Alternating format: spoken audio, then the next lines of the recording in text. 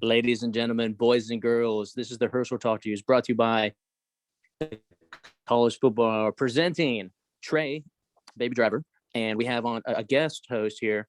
That's the casual fan, Kris, and I'm, of course, Angry Scott. Boys, how we doing?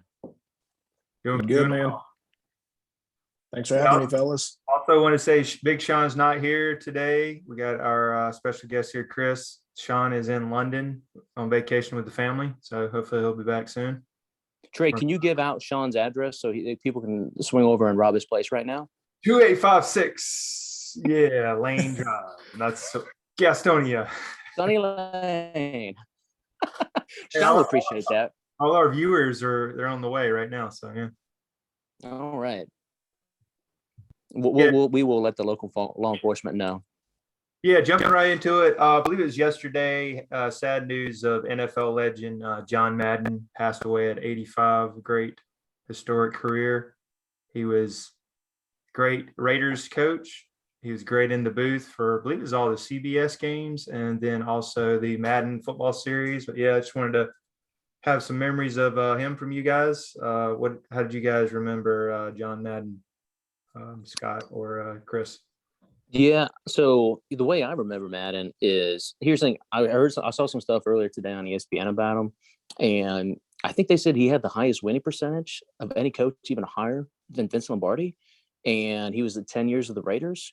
And even then, like, people don't even remember, at least people my age, when I say people my age, I'm in my 40s, don't even remember really his coaching career. He did win a Super Bowl, apparently, maybe to a lot of AFC championship games they lost.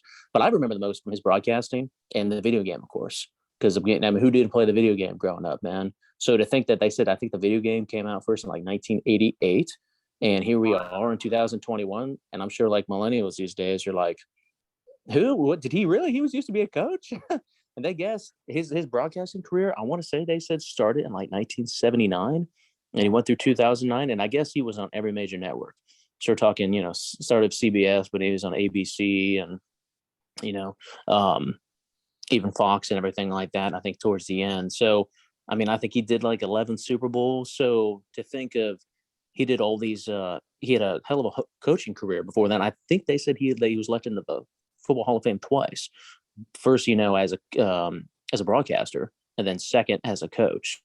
So, I mean, it's a hell of a career. And to think about how much money he has made just from the video game, I think they said like they sold Madden-wise like 110 million copies. That's crazy. So it's just nuts to think, and he was a great guy. I mean, not that I'm ever one to tell a story that goes nowhere. And, and I was like, what the hell was I talking about? But guess who was really good at that and made a career out of that? John Madden. He was. I think he had right here, just as a coach, 103, 32, and 7, over 75% winning percentage, which is great. That's wild. I think everybody remembers his boom doink. I remember him, maybe a little, you probably didn't watch it. Does anybody remember the Replacements movie with Keanu Reeves back in like 2000? Yeah, I remember that. I remembered him for that one, kind of popped up with me. I think you remember, hey, you know what you get when a fat guy gets a touchdown, you get the fat man dance. And I don't know, he's like talking, I don't know, it was like pretty cool having him in there. Of course, the video game, I played a little bit of the video game, but I just remember it was Pat Summerall and John Madden were great on the mic, and all the, like the 90s games with Bill Parcells, the Cowboys and the 49ers and all those. You can go back and all you guys want to watch him on YouTube. So that's what I remember him. Great guy, really good on the mic. And then that whole thing with he hated flying, and he would like travel on his bus, right? Or whatever. Yes. So that was interesting too. Oh man. I remember that iconic duo as well, but my fond memories of Madden outside of the game. So I think my first one was Madden 94 on the classic iconic Sega Genesis.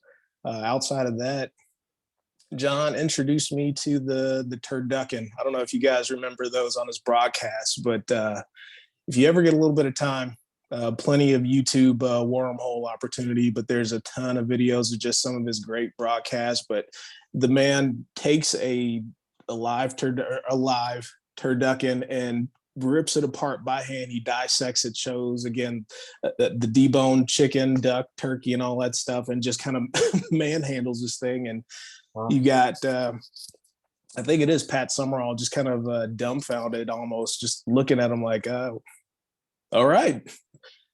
Is that what they do on Fox Sports now? They have like the turducken, like everybody gets like, it's like more or less like a turkey leg, but it's got like 2 extra legs or something. Am I thinking about that right? I think that's where they started it.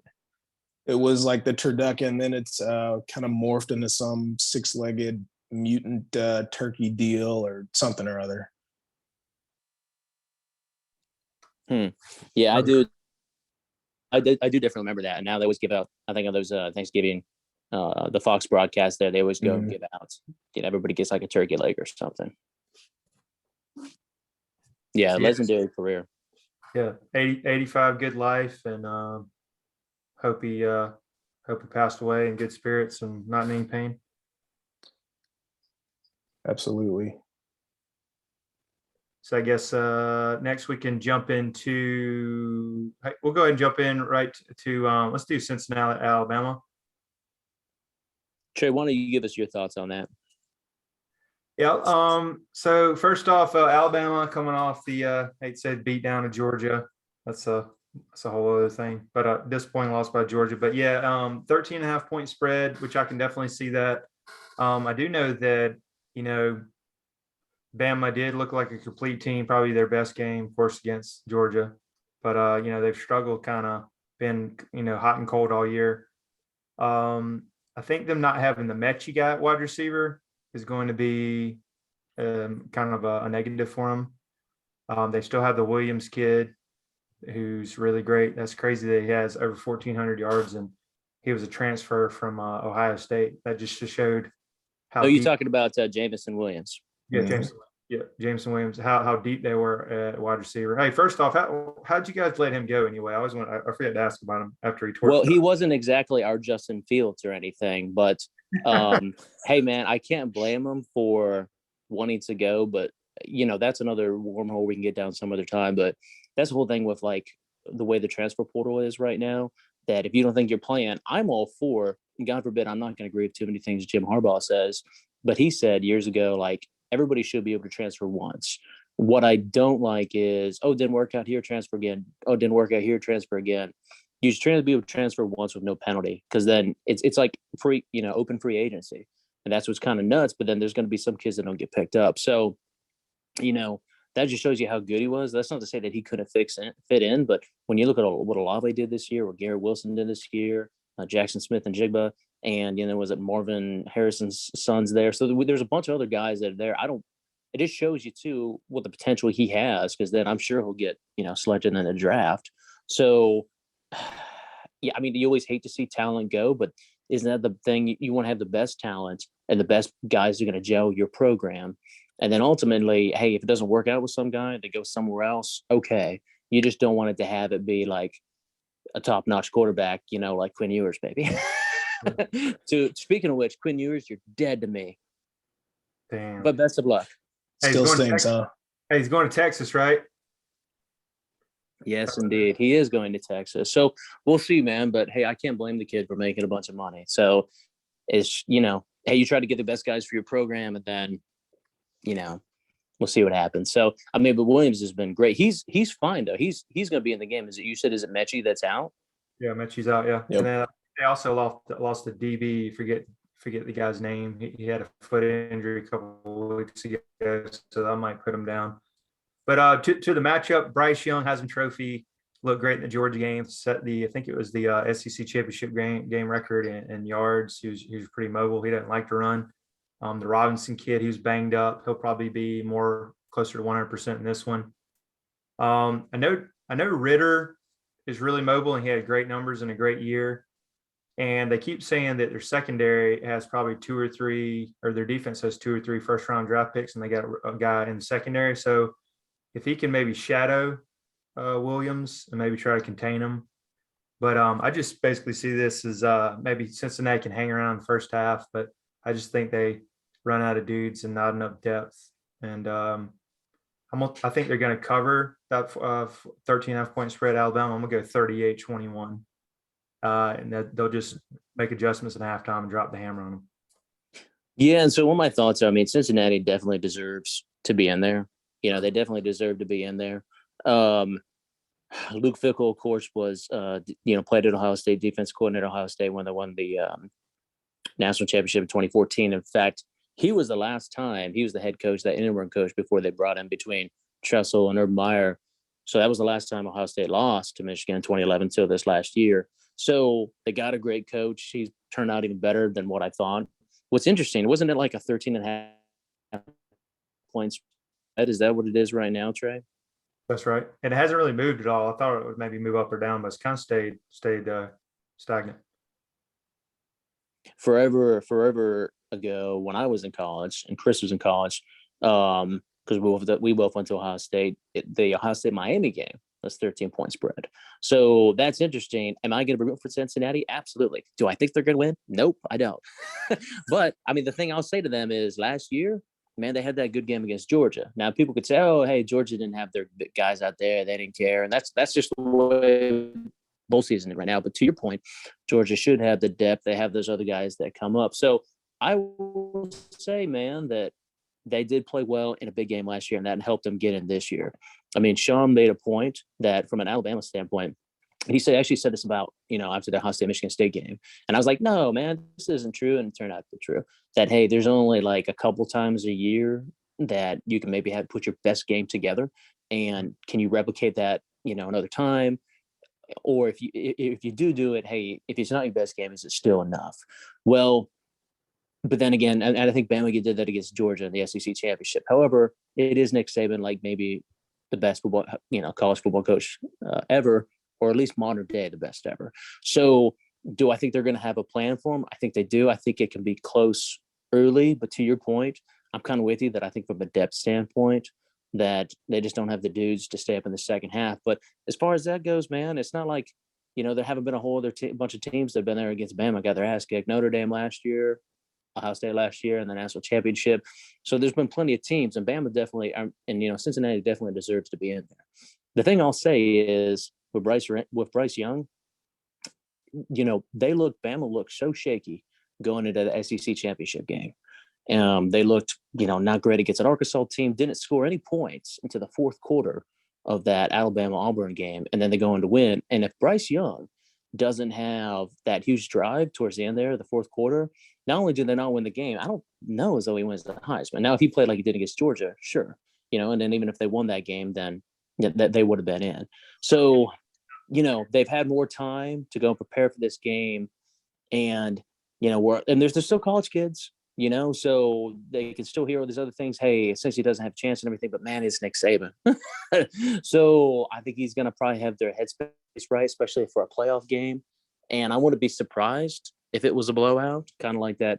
Remember Georgia played Hawaii in that Sugar Bowl years ago, and everybody's talking about how good Hawaii was, and then Georgia took it to them. So, I mean, they definitely deserve to be there, but I just think, man, to see what, Alabama did to Georgia in the SEC championship game and we'll talk about that later in the Georgia-Michigan matchup, but I was looking at Georgia's D-line. Georgia's D-line is so dominant that it kind of neutralized it, and then they got the chance to take advantage of that secondary. So I'm sure if they did that to Georgia's defense, what are they going to do to Cincinnati? It's just that underdog role. It's college-age kids. So anything's possible. I'm rooting for Cincinnati, but if I had to guess, that's probably going to be a 20-point game. So I'm going to go 20-point game. I'll go 48-28. Okay. What are your thoughts there, Kris? So full disclosure, Cincinnati is my hometown. I've got some family back there, so I'm going to carry a little bit of hometown bias with me. So to you guys' point, I mean, Bama, they're Bama. They've got their embarrassment of riches. If you look, top to bottom of their whole roster, you've got 4 and 5 stars competing against Cincy's at best, 3 stars with some top transfers. My guy, Ford, the running back, he's a Bama transfer, so he gives them a little bit of a nudge there. On defense, you've got the powerful Kobe Bryant. Not the legendary basketball player, but graduate corner. So I think his experience is going to help him a little bit. Maybe not not crap the bed so early in the morning. You also got this guy Sauce Gardner. He's been making some noise this season, but again, it's just going to be a matter of Alabama's pros versus Cincinnati stamina. I think they've got some chances, though. Cincinnati's got some chances. They've got a bit of time to still kind of game plan. They've had a long time to game plan and kind of scheme against Bama. Hopefully, the quarterback, Bryce Young, his Heisman tour, maybe it took a little bit of focus off of him. I'm really hopeful it did. But again, the way I see it, though, it's just going to be since he's going to claw and keep it tight, maybe the first quarter, and then it's just going to slowly slip away at best. Final score, I'd say 42-28. Oh, wow. Thanks for that. So is that Cincinnati or Alabama? Cincinnati. No, I wish. No, Bama's just, again, they're just men amongst the rest of the boys. Again, Desmond Ridder, all of his accomplishments, all that stuff, it's going to help. He can maybe give Bama some looks, but again, they're just super talented all around, and I don't know if that's going to be enough. And to your point, Kris, I think that brings up a good point with the transfer portal can be, is that if you think you have a good opportunity at a place like Cincinnati, and then you were from, you were playing school at Alabama, or you were playing football at Alabama, to bring over some of those guys with Bama talent then to Cincinnati, or, but then you just couldn't, hit the, play enough, because we even see guys transfer from Ohio State like that. That does bring in quite an interesting dynamic. I think if I'm Cincinnati, my recipe for a victory is some turnovers early, some momentum, maybe a targeting call where somebody gets ejected. I'm just saying that, I think they can keep it close early. I will say this though, man. Last year, was it the Peach Bowl, Trey? Was that when Georgia and Cincinnati played at the Peach Bowl? Was that right? Yes. So, you have a better chance to get them in a game that is not a playoff game, but I think you're going to get Alabama's focus in a playoff game. Do you know what I'm saying? And if it wasn't Nick Saban, then I say, okay, there's a better chance of it. But the fact that it's Saban, the fact that it's a playoff game, and you just have to have everything going your way to then just even keep it close. And by the way, that's about everybody in college football. That's going to be your challenges. You know what I mean? Yep, I'm with you. Ideally, again, for my family back in Cincinnati, the ideal case would be a win by Cincinnati and then another win by Georgia, so we can repeat that and get a grudge match from the Peach Bowl last year. But again, that's why we play the game. I'd like to see I would love to see Cincinnati pull off this upset, but unless, the opening play on Cincinnati's offense, unless the O-line just kind of simultaneously does like a throat punch or something to knock out the whole D-line or something, I just don't see a scenario where they hang in there unless there's a massive COVID outbreak, because that's the other thing that's crazy, and we'll talk about that later. But all these bowl games that have been canceled, even though I used to work with a bunch of guys from NC State, so you guys, their bowl game got canceled like hours before it was supposed to be played. In UCLA, it was like the San Diego Who Gives a Damn Bowl, and UCLA, look, man, they had to travel all the way from LA to San Diego, so that's like what, an hour or two, and yet NC State's traveling from Raleigh, North Carolina, all the way out there, and then a couple hours before the bowl game, not even days before, the game gets canceled, which is nuts. And we'll talk about more of that later, but that's the other thing, is just like, is there going to be, that's another recipe for victory, is there going to be some crazy COVID outbreak in Bama's program or one of these others? And that's the other thing they said, like, I don't know if you saw these rules coming out. They said that if there is, nobody can play the game, if there's like a COVID outbreak on the Bama's team, then Cincinnati could by default, make it to the championship game. And they'll even said they'd crown a champion like that to me, which is crazy when you think about it. But it's kind of like, that's the other thing, is there going to be some like Bryce Young, boom, has COVID like the day before, and now they got to put in the backup. You know what I mean? Yep. Scott, let me run the potential headline. So, doomsday scenario for Bama. COVID outbreak hits Bama. Total of 24 and 5-star players can't play. Instead, they've got the backup 4 and 5 star players to step in for them. I think they're all still going to it should be enough, well right? prepared. It should be enough. I would hope. I will say if Bryce Young got COVID, there's a dude, what's his name, Paul Tyson. I wouldn't be scared of that guy from what I've seen. So that would really, I mean, they probably play defense and get really conservative, but man, Cincinnati would have a shot then. Really good. Are you saying though, Trey? I mean, it's the SEC, so it's supposed to air quotes mean more, even though they're currently completely defeated in the bowl games. And we can't even get some bullshit excuse like, well, we just don't care about this. It's a playoff game, man. I mean, you should be able to throw your backups out there and be able to beat the Cincinnati Bearcats.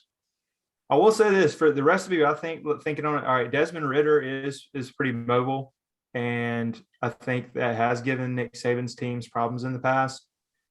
And another thing, I'll go back to Sean's thing, which is a good point. I hate to say it, Bama could have blowed their load, played their best game of the year because they've looked rough before that. So Auburn, everybody saw that game. He was sacked 7 times.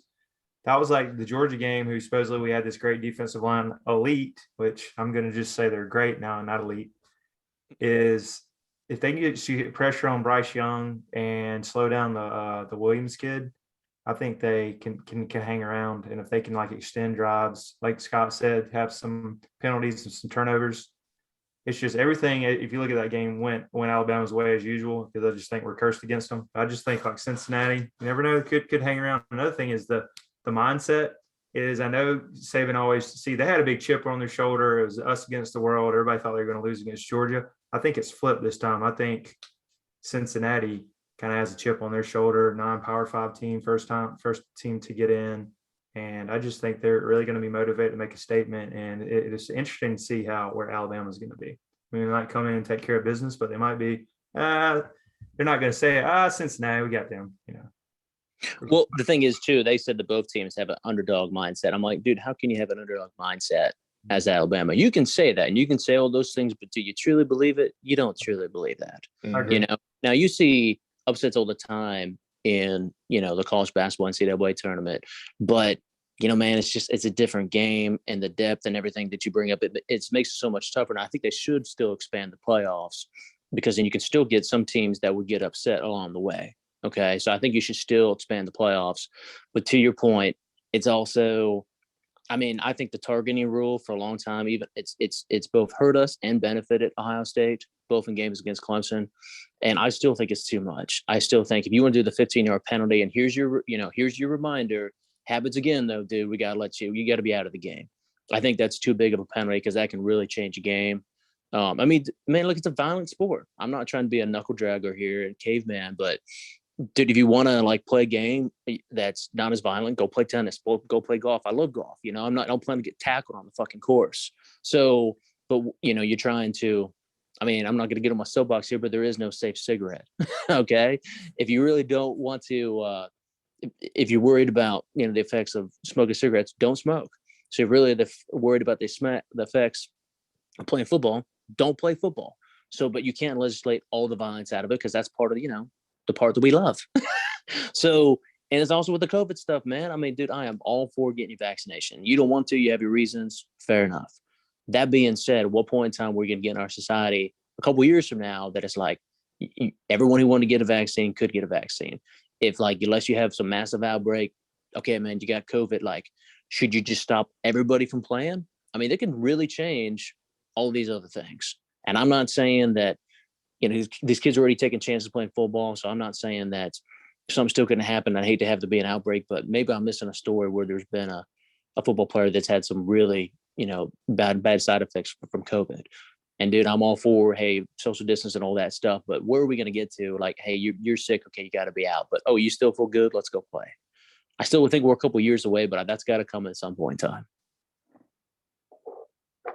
Yeah, I agree.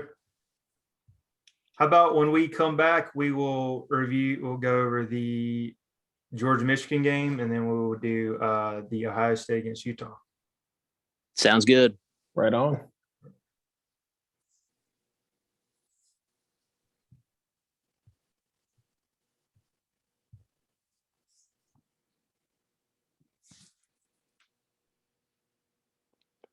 You get it saved there, Trey?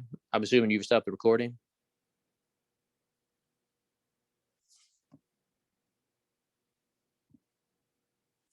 Hey, Kris, I think we can leave here. We'll come back.